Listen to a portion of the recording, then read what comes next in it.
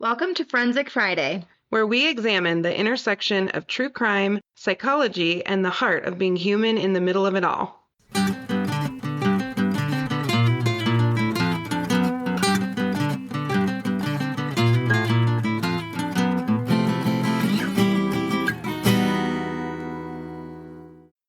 Hello. Hi. Nat and I were already talking. Garrett's like, turn your mic on. Took Megan out today, Rosie, to the range. Yay. And it's an amazing gun. Well, first of all, it makes sense to me, which is something because I don't understand how things work that way. Simple to use, fun to shoot. My mom's gonna get one. Not bad, like recoil, super accurate. So it was really fun. It was a fun day. Well, Max at Waterworld Part 2. Oh no. But Good. he's had a great day. So no bomb threats today. So that's been great. I feel like that, it's like one of those things where it's like, if it happens once, it's like super low chances of it happening again. I would think so. I wasn't like worried really. And he wasn't either, thankfully, because the parents handled it so well. But his friend's mom, she's so sweet. She was like giving us updates all day. And Aw. he was like really scared of one ride, like the storm ride or something. I've never been to Waterworld, but he was like a little scared of it and then did it, and now it's his favorite. So that's I kind love of how that. Mac works, you know. I love that. Um, well, we have updates today for our mini. Yeah, I'm gonna be super honest. I've only just sent you videos of that chick. I don't actually know what the updates. What did you just send me? I send the girl, the OnlyFans girl. I haven't actually watched the update, so you're gonna have to share that one. Okay, so the updates that we have today, Okay. one is from, I believe, our very first episode, Yes. No, she which is wasn't. still one of my most favorite episodes. Why? Well, for one, we called it Only Fans Murder in the Building because because that show was so big then, Mm-hmm. with Steve Martin, Martin Short, and Selena Gomez. Mm-hmm. So good. But also, we kind of took a bit of a risk in our first episode and chose a female offender, which Mm-hmm. I stand behind and am happy that we did. But it was the case of the OnlyFans model, Courtney Clenny, who I guess not allegedly now because they reached a plea deal. I was allegedly at the time. Um, Fatally stabbed her boyfriend, Christian Obumseli, Mm-hmm. in their Miami condo in 2022. And so that was a case that we covered in the very beginning of the podcast. Yep. And they just reached plea deal. I think it was just the other day. Mm-hmm. And because she accepted the plea, she'll go back in front of the judge in Miami-Dade County on August 10th for a plea hearing. Oh, okay. And so her attorney, in a statement to People magazine, said that they haven't necessarily reached a plea, but Hmm. declined to elaborate further ahead of the hearing. But they wouldn't probably have this hearing unless she'd pled. She was Hmm. charged with second-degree murder. Mm-hmm. And it's not clear yet if she's going to plead to lesser charges or what the ultimate penalty will be, Yeah. right? Will it have they taken death penalty off? I don't know that it was ever on Okay. because it was second degree. Oh, yeah. The thing that's interesting is her story from that day, if you remember. Mm-hmm. She told police that she wanted to break up with him and kick him out of the apartment and that they were having this fight. She also claimed self-defense. And one of the things you and I broke down in that episode is to stab him the way that she stabbed him, which was kind of in his back neck. She would have had to Yeah. practically be on a ladder. Yeah. That is not what happened. And so then she tried, like, she was going to abscond, but Mm-hmm. she was arrested on second degree murder charges 4 months after the murder. Hmm. And she was at a rehab facility in Hawaii. And she's been in custody the whole time with a non guilty plea. So Wow. she's been in custody since 2022. Right. So the thing that could be weird in this one is she might get some level of time served. I doubt that'll be all of it, but some of this time she spent will likely count in her overall sentence. You don't do you think she'll get life? No. Really? No. Nope. Why? Because it's second degree. Okay. It's not first degree, and I think that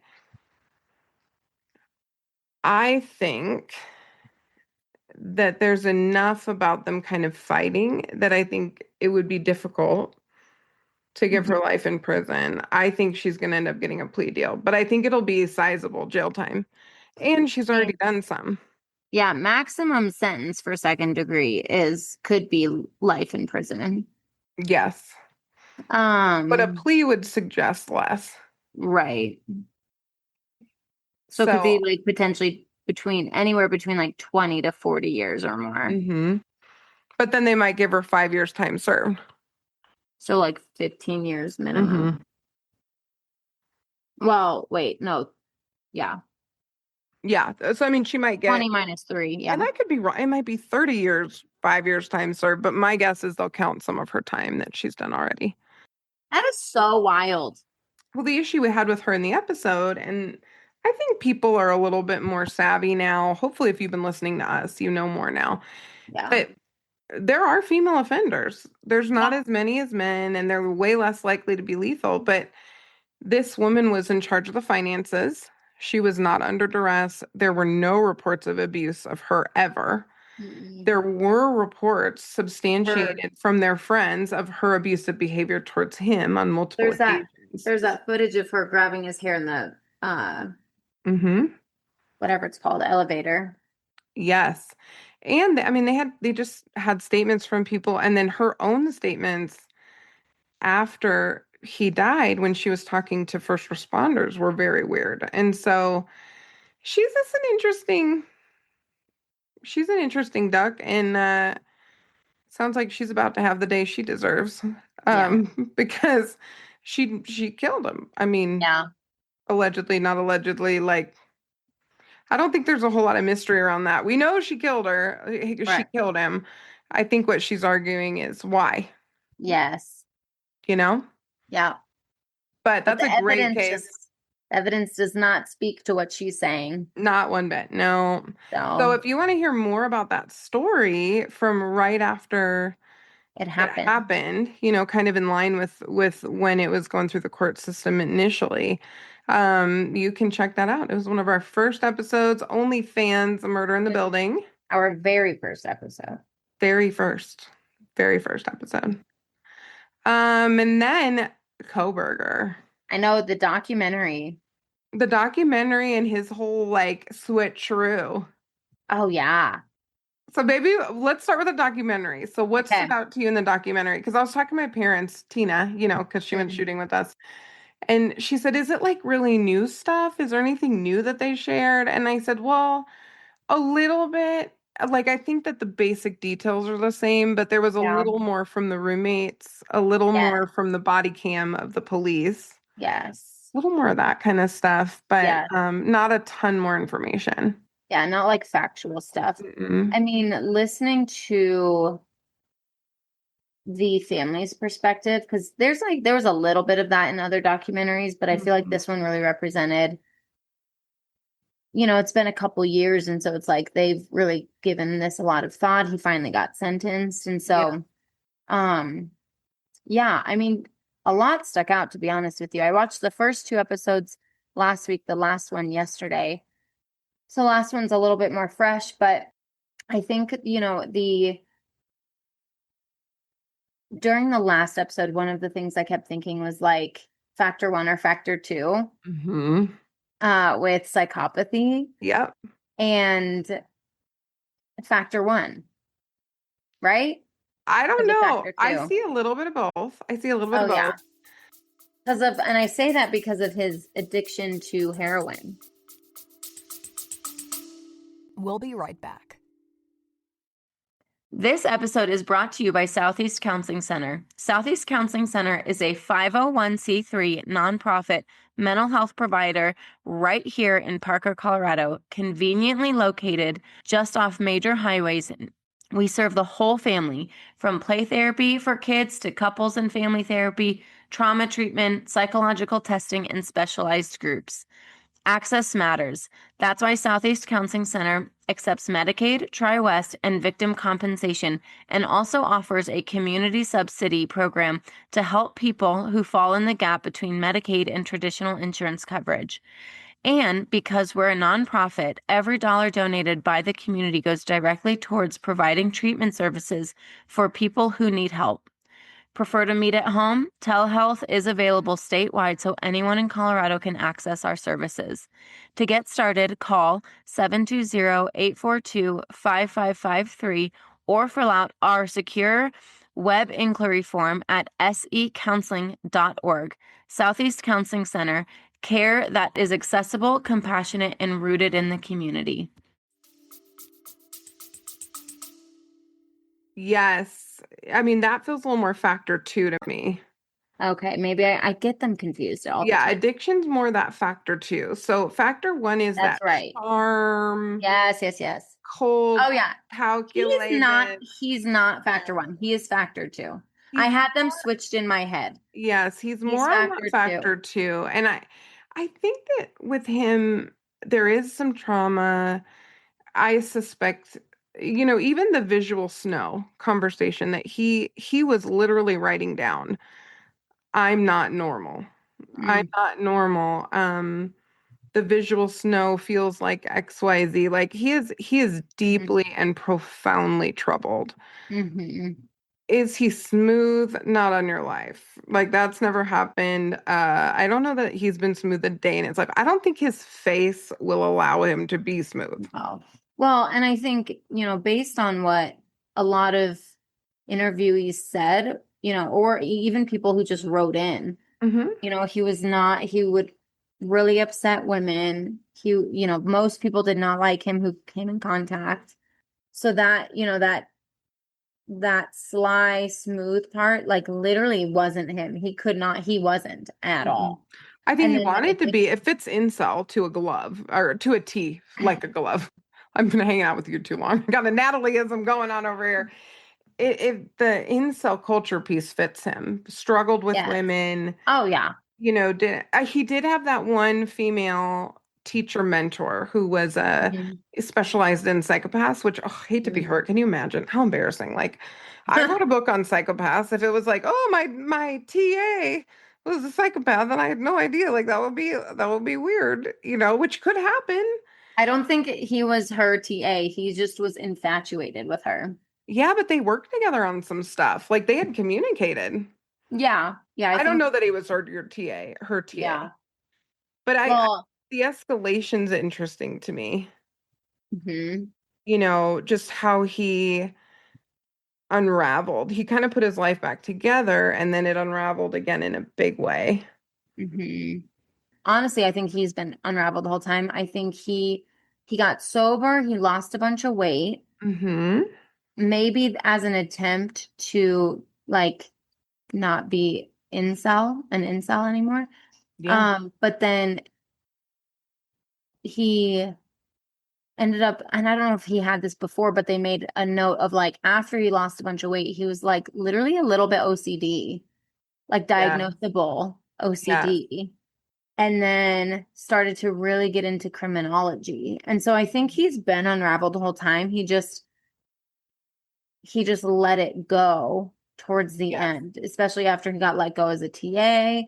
Like his weirdness, his like really, you know, psychopathic brain started to really display itself, and he was getting rejected more and more in college, Yes. would be my guess. And And I think then, he thought he was going to be successful. He does. yeah, He is delusional 100%. in the sense that I think he thinks he's the most intelligent. His ideas are the best. Mm. Misogynistic, like that's all true stuff, Yeah. you know? Well, yeah. I mean, they talked about that in the thing, which was why a lot of people rejected him.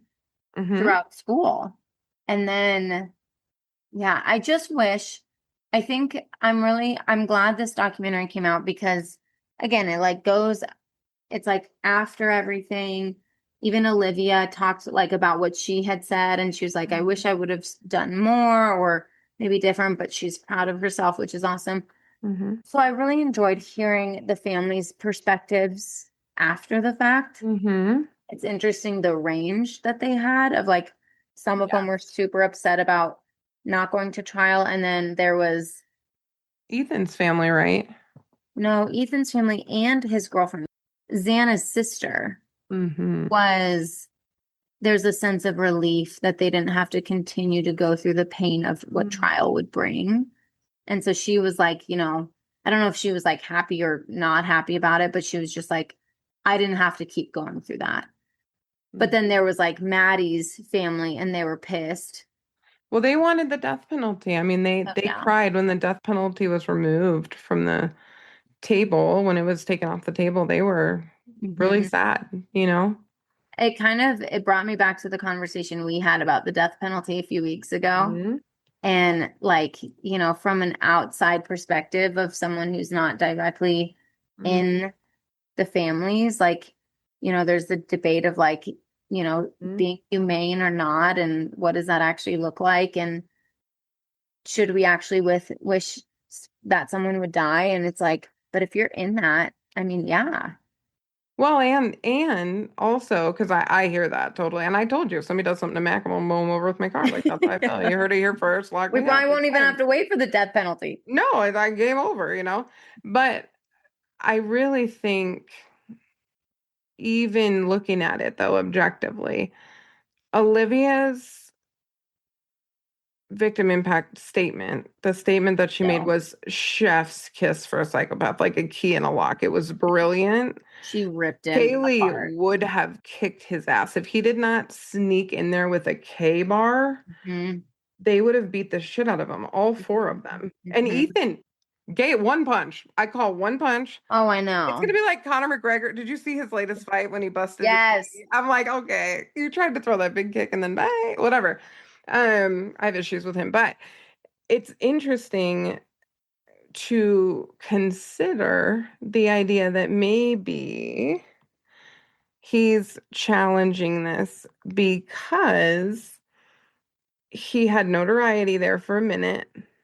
And then Hmm. he went to big boy scary serial killer prison, which Hmm. is not where you want to be. And he has been on the record filing all kinds of complaints about how he's being treated and the food and the this and the that. And so, Well, he's supposed to be vegan. what do you think is prompting him to challenge it after he admitted it and decided not to go to trial? Yeah. Well, that was the whole thing in the documentary. They talk about how he admitted, but all he said was yes, not Hmm.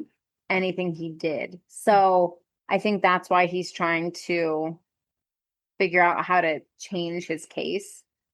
But I think he's just super uncomfortable because the people there are probably like after him. They're yelling in the vents at him. Yeah. Seriously. Which No, I I know. should not find joy in this, but I do. That I do. Okay, so I'm not like Why I'm should not you not though? That's the thing. I'm It's like not like I a do. saint. I'm not over here like I hope that it's peaceful and he finds God. Like I don't feel that. I'm like torture his ass, like scream through the vents, whisper. It's even Literally. better. I hope his that the person in the next Literally. cell is like, Brian. You know, like I hope it's real You're scary. next. I know. See you in the morning. You know what I mean? Yeah. Like creepy stuff. Like go Don't get drop him. the soap. But I do think he probably, this is my psychological theory based on nothing. This is just my own brain. Hmm. As the notoriety fell away, he's in prison, the monotony of prison. Hmm. I think he wants to revisit the killings. Yes. And so for him, trial now or going back or challenging it or whatever, he gets to talk about it again, Hmm. think about It it like gets again, exciting a little maybe more. see pictures again. You know what I mean? Like he just wants to fire this up again. And I do think it's a bit of a mercy that there wasn't a trial as unfair and crazy as that seemed. And I was frustrated mostly because I want to learn. Mm-hmm. This quite literally overlaps with our jobs. So I wanted to learn, but not at the expense of the families hearing every gruesome detail and having it challenged Right, over and over and over again too. And right. having their credibility and their whatever, they're college kids, but any drug use, drinking, like all of that would have been pulled out. It just I can understand why some of them were okay with it not going to trial, and I completely understand why the other ones wanted it to go to trial. So Mhm. I would want a trial. That's just my Oh personality. yeah. I would want a trial, but I can respect people who say, you know what's done is done, kind of. Mhm. Yeah. One thing I loved that I had not ever thought about really, when the families talked about how they're not angry with their roommates, Hmm. and part of it is because even if they'd called 911 right then, they wouldn't have survived. And I just had never thought, it's obvious now, of course, that someone said it, but I wasn't thinking about that. Yeah. I think the parents would have been gracious regardless, because I think they would have wanted people to be gracious to their kids. Hmm. Because it could have been any of them, really. You know what I mean? Well, and it's interesting. I wonder because Brian, I think, saw that roommate, one of the He roommates did. standing there. I think he was too tired I think so too. because Xana, I mean, they were really obvious in that she put up a massive fight. Massive fight. Yeah. And so I think he was just exhausted. He couldn't have fought someone else. That is one thing that I feel. I mean, on the one hand, I'm thankful the other two roommates survived, Hmm. but I think Xana had a shot if somebody could have fought with her, if Yeah. anybody could have fought with her, because she was fighting like Well, hell. Ethan tried and he stabbed Ethan and then went back for her. Well, and did Ethan get up or was he asleep? No, he got up. So it talked about this. So she like I went missed out to, that part. I might have been, I was reading and working, so I might have missed that part. yeah. Or working and watching. She like went out to see what was happening. He saw him, ended up back in their room. Ethan got stabbed and then he went back for Xana. I don't know how Yeah. they know that, but they mentioned that. Well, because what I had heard before was that Ethan was on his stomach, like flat, that he'd been passed out. So maybe that is something Oh, different. But that doesn't mean, I mean, I yeah, would trust something that comes out now more. That was yeah, probably hearsay back then. yeah.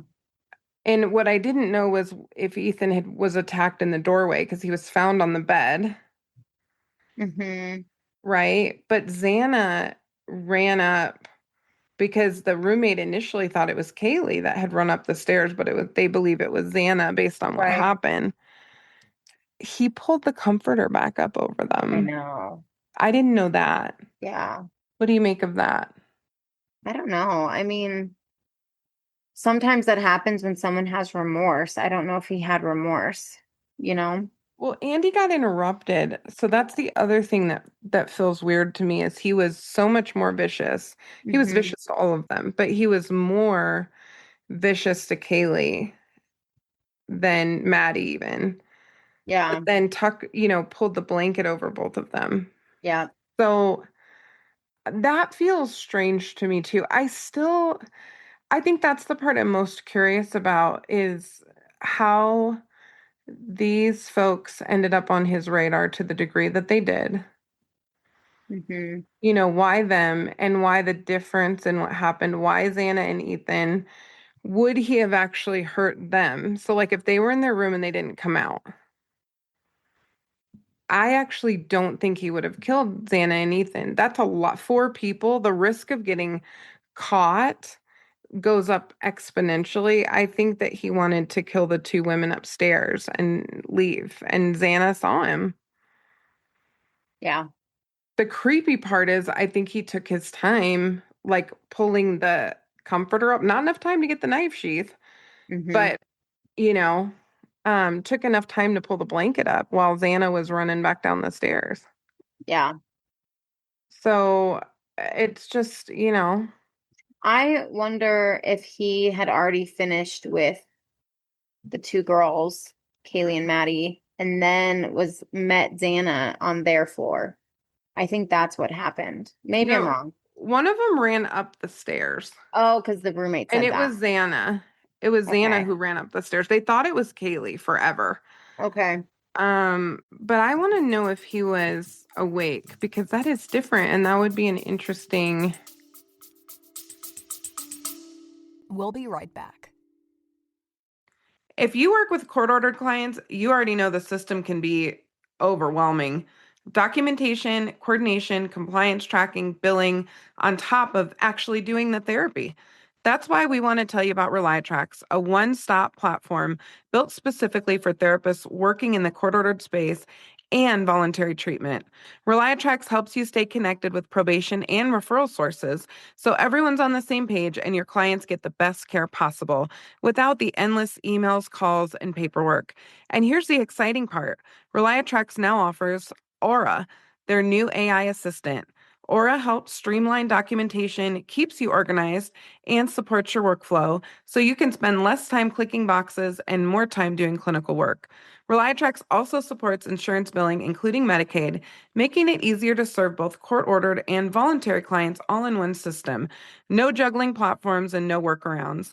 And the other amazing thing is you have an actual team of people who can support you, not some automated system.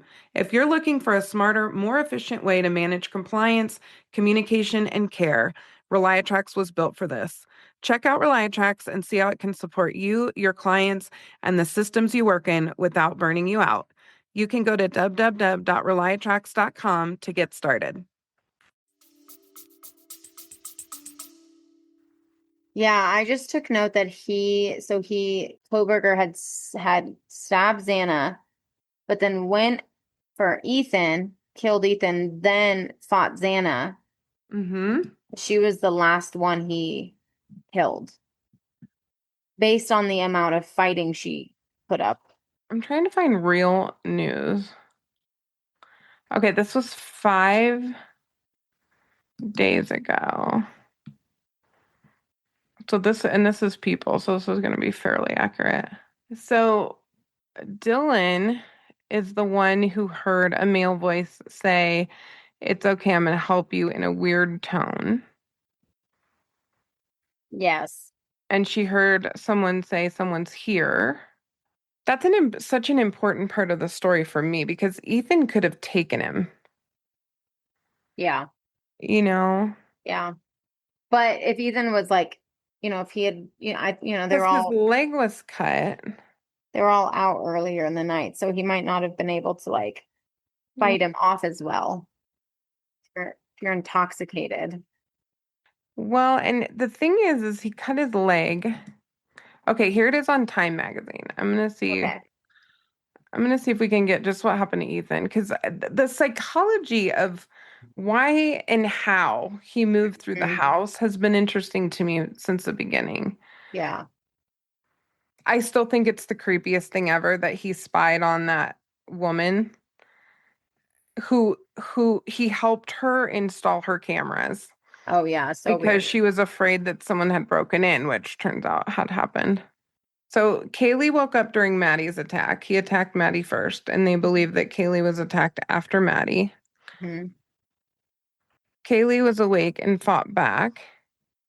Kaylee was stabbed 38 times, Madison 28, Xana 67, Ethan 17. Mogan, Goncalves, and Chapin were, it says that those three were asleep. So Maddie, Kaylee, and Ethan were asleep when they were attacked, Mhm. asleep or in bed when they were attacked. So I'm trying to see if he was able to even get up. Hmm.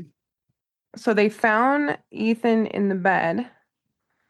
Xana was on the floor. Those three victims were attacked as they slept and never stood up or had a chance to fight back. That was as of Interesting. January. Okay. But I don't know if that's changed in the documentary. So you guys will have to tell us. Xana's the one who fought back, which is horrific. Mm-hmm. I think he attacked Ethan though after Xana ran down and went into the room. So what I think happened is he basically killed Ethan so that Ethan couldn't help him. Yes. Couldn't help Xana. That's what I think. So maybe That's he what I didn't get think. up, but I do think he killed Ethan before he killed Yes. I Xana. think Xana was the last. Yeah, because I of the think. fighting. Which is horrible. Although that also explains why she fought so hard because I mean, I think she's a fighter anyway, but if somebody hurt Garrett Mm-hmm. and then came after me, the adrenaline and the anger, I mean, oh my God. And you wouldn't even feel anything. Like the truth is, she fought and her body was so engaged that I actually take a tiny bit of comfort in knowing that she was in full power mode. Like she fought and fought and fought, which is just so amazing. Yeah. And then he locked eyes with one of the roommates, but kept going. And I think you're right. He was exhausted. Yeah. He was oh poor baby. He was exhausted. I know. Oh, it's the worst. It's so crazy. Yeah. Well, I'm curious of what our listeners think of the documentary as well. So one of the things that I wrote down in the last one were a few things. So again, going back to the psychopathy piece, right? So I still think he's factor 2. I don't even think he's really factor 1 factor 2. 18 contacts in his phone. Literally had 18 contacts. This doesn't really just say if he's factor 1 or factor 2, but his web search was so incognito, he would delete his digital footprint often, except didn't do it the last time because they were able to find stuff. Which is interesting too. It's like, did he plan that night? Was there a trigger? Was there a why leave it up if you've done so much work to delete it? Why leave it up the night you do this? Yeah, well, and I don't know if it was before or after the murders. So if it was after that he had looked stuff up and that was what they had found, I think after he did it, he thought he got away with it. Like he was done. So maybe he got a little careless afterwards. I thought it was interesting. Again, Olivia, I mean, I just love her. She's such a little badass. Oh, she's a badass. She said the prosecutors gave him power and control because of how that trial went. Or not trial, because of how the court proceedings had gone. She said monsters like that should never, ever have options again. And so, her even saying that, it's like, and again, they're more on the side of death penalty, right? But she's like, he should have never been given a plea deal ever. He should have it should have been like, boom, boom, boom, it's done. Yeah, he should have never had trial. Yeah. Right. Should have never had an option to take a plea deal. He should have gone to trial. Well, and I should add, I didn't say this in the beginning, but basically the motion that he filed is to withdraw his guilty plea. Right. Based on false promises, Yep. misinformation, and ineffective assistance of counsel. Yep. And he continues to maintain his innocence. Why do you think people online, Nat, have kept these wild conspiracies going? And really, there's a pretty strong contingent of people online who believe that it had something to do with the roommates or drugs or whatever, and they've been harping on this for a long time, even though there's a lot of damning evidence. Why do you think they're so set on it or continue to crank on it? I mean, I guess it depends who it is. If it's like students, maybe they just don't want to believe that someone's capable of that. If it's people who are fanning Koberger, then maybe they just want him to, be free. But I don't know. It's not like he's good looking, I don't know who's fangirling him or fanboying him. But well, I was gonna say he's probably hearing from a lot of people, we think you're innocent, my guess is he's had a lot of those kind of people, and he's tired of being in prison. He needs something interesting. you know, Mhm. for worse in his case, he does actually like to learn. Like he likes to Yeah. be involved in challenging his brain. And I think this probably feels like a Mhm. fun challenge. And he can get out there and tell his story. And he thinks he's smarter than everybody else. That we know. Yep. So he probably thinks, yeah, I'm going to file this appeal and then I'm going to get out on a technicality or something, you Mhm. know? I don't think, unless he meets that legal threshold, they are not going to give him a retrial. You can't just change your No. mind. You can't, No. unless there was something procedurally wrong, which is why it's so important. And I do think Moscow, I still get the sense watching it that the police actually handled this a lot better than Mm. anybody thought Yeah. because we didn't hear about it. And I know Yeah. that was so hard for the families, but Yep. they actually handled it pretty damn well. Yeah. They did. Well, and so that was one of the things I wanted to end on was I thought the last part with that police officer talking Hmm. was really, really, really um heartbreaking, but also like they really put in all the effort they could to this whole thing. So the police officer towards the end, he said, this was literally a part of his daily life for 3 years, Hmm. this case, figuring out this case, Mm. all of it. Yeah. He said that, by after it was all done, Hmm. he needed to get professional help, which he said he was like, in law enforcement, that's a really difficult thing to do. Yeah. But I had so much trauma from this. I'm not quoting him exactly, but he had so much trauma from this that he was like, I had to see a professional. Hmm. And I just have to say, I think that's so true for so many first responders, but specifically police officers.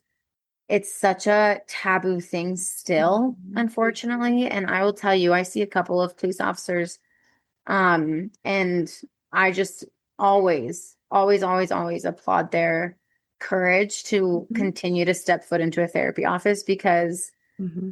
I respect police officers. I think most of them are good. They are the ones who need it the most. Yes. They see some horrific things, they experience some horrific things. Well, and I And always say, I can be hard on anyone who has the power to eliminate someone else, arrest someone, detain someone, whatever. Like you have to wield that power with a lot of responsibility. That being 100%. said, even Koberger would call the cops if he was scared. That's the truth. So Oh, he would have called the cops before anyone else would have. police, yes, the police are the first ones to go into a dangerous scene. They see the unthinkable. And I really feel for those first responders because these were Mhm. just college kids doing their thing, man, young kids. And it's just awful. It's an Yeah. awful, awful, awful thing that happened. Yeah. Oh, yeah. They said walking into that, it was the worst thing they've ever seen. And you know, when they couldn't find someone, I was Hmm. just miserable. I have no connection to this. I have no connection to Idaho, the university, the Hmm. town, nothing. And I was just sick over the fact that they couldn't find someone, that somebody could kill four people this way with Hmm. two people left in the house and we would have no leads, no nothing. So I understood the outrage of Yeah. Haley's family, Yeah. we want to know, Yeah. but I think he's going to have a hard time fighting this one. Oh, yeah. I mean, they were pretty meticulous the way they went about it, and he did take a plea. They're going to have a hard time saying he wasn't in his right mind to take a plea when he was so intentional in so many ways Yeah. and had some level of intelligence. Game over. I think Koberger needs to make himself comfortable in prison, and Hmm. prison's not all about that vegan life. And they don't give two shits what you want. They don't care. They don't care if your pillow's lumpy, and they don't care if you're. So, And part of me then thinks, okay, well, there's some justice in that. Like, really, hmm. I know that the death penalty is like the ultimate eye for an eye, but Hmm. that's almost more humane for this guy than having to tough it out in a miserable environment with people who don't like him. And he's got to now be this big bad guy that he tried to convince himself he was. He's not. It's so sad. Oh, I know. The Well, videos of and him it, in prison, I don't know who leaked them, but I mean, Yeah. Well, and here's the thing. I mean, you say like he maybe wants to revisit the child to like have a little excitement in his life. I agree with that. I just think he did not think this was going to go the way that it did. And he, as weird as it sounds, he's the type of guy that's like, I miss my luxuries. Like I miss, like you said, like a better bed to sleep in, Mm-hmm. my vegan diet, like my neuroticism around how things are done and what's done. And I can't like Yes. harass people anymore or make them feel stupid because if I don't get my ass kicked, Well, and it's not So, clean. If you have OCD, you don't want to go to prison. It's gross. mhm. Think of the worst hotel you can imagine, which already gets my heart beating fast. Yeah. And then imagine you're locked in that disgusting place forever. Yeah. I Yeah. mean, that's terrible. And So I think he's looking at it and he's like, honestly, I mean, he won't ever, if he ever admitted like that he did it, I would love to interview him and be like, so your brain operates this way. You're literally a psychopath, mhm, but mhm. is this worth it? Oh yeah. Like, is this, you took this risk knowing you were a criminal justice major. You're getting your doctorate in criminal justice. Mhm. You know that there is a high chance of people getting caught. Oh yeah. Was the But risk he's worth better. your this? You know? Yeah, that would Because be you and I so both know interesting. it's not about empathy. So I wouldn't be like, oh, was it worth like the feelings that you have? No, he doesn't have feelings. No. But it's the inconvenience of Mhm. what this has given him now. So it's like, is the inconvenience, Mhm. the discomfort, was everything you did worth Mhm. the inconvenience and discomfort? Probably not. That's the heart of psychopathy and how you treat a Yep, psychopath, though, is exactly. because they're Exactly. so impulsive and they don't Yes. think about what's going to actually happen. Right. And whatever concern they might have, they cover it up with grandiose narcissistic beliefs about themselves. So it's Yeah. like, I'm not worried at all. I'm going to make this happen. And then it's like, oh, This didn't go the way that this I didn't go the way that I thought. planned. Right. And so then he's in Duh. prison and then he's like, oh, you know what? Maybe I could beat it. I could beat it. Hmm. And he's not even thinking that all the way through because that's Yeah. going to be a whole mess for him too. Yeah. Exactly. Because if they open it back up, I'm fairly certain the death penalty can actually be put back in place. So this may end up being yet another example of someone being impulsive, a psychopathic person being impulsive and having it bite him in the ass. We'll see. You know what? You and I have differing opinions on this. Like, go with God, my friend. Let's give it a shot and see how it goes. If he decides to Thing. roll that dice, he gets what he gets at Yeah. that point. You know what I mean?